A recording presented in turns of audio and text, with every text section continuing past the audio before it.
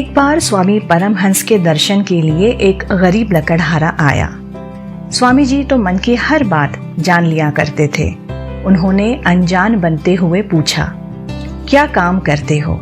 महाराज, लकड़हारा हूँ, बड़ी मुश्किल से अपना और घर वालों का निर्वाह करता हूँ। कहाँ काटते हो लकड़ी? स्वामी जी ने पूछा। जी, जंगल में। स्वामी जी ने कहा कि थोड़ा और आगे बढ़ो। लकड़हारे के मन में बात बैठ गई और अगले ही दिन वो लकड़ी काटने के लिए और आगे बढ़ा। उसे वहां चंदन के पेड़ मिले। कुछ दिनों बाद वो पुनः स्वामी जी के दर्शन करने पहुंचा तो स्वामी जी ने पूछा, कैसे हो, क्या हाल है? आपकी कृपा है महाराज। अब भी उसी जंगल में लकड़ी काटते हो? लकड़हारा कहता है, जी हाँ। तो थोड़ा और आगे बढ़ो।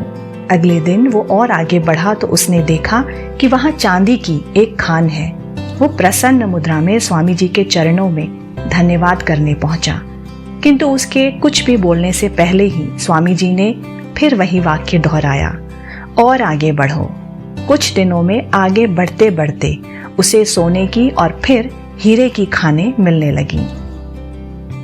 इस तरह से अब उसकी सारी दरिद्रता समाप्त हो चुकी थी।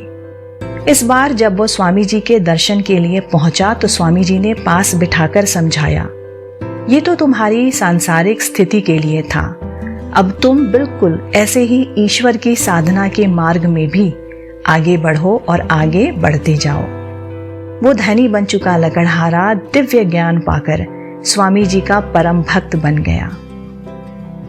हर कहानी अपने आप में एक संदेश देती है। इस कहानी में भी हमें ये प्रेरणा मिलती है कि जीवन में सदैव आगे बढ़ते रहना चाहिए, चाहे ज्ञान का मार्ग हो, चाहे भक्ति का मार्ग हो, चाहे प्रेम का। हर मार्ग में आगे और आगे बढ़ते रहने पर ही हमें उपलब्धियां हासिल होती हैं।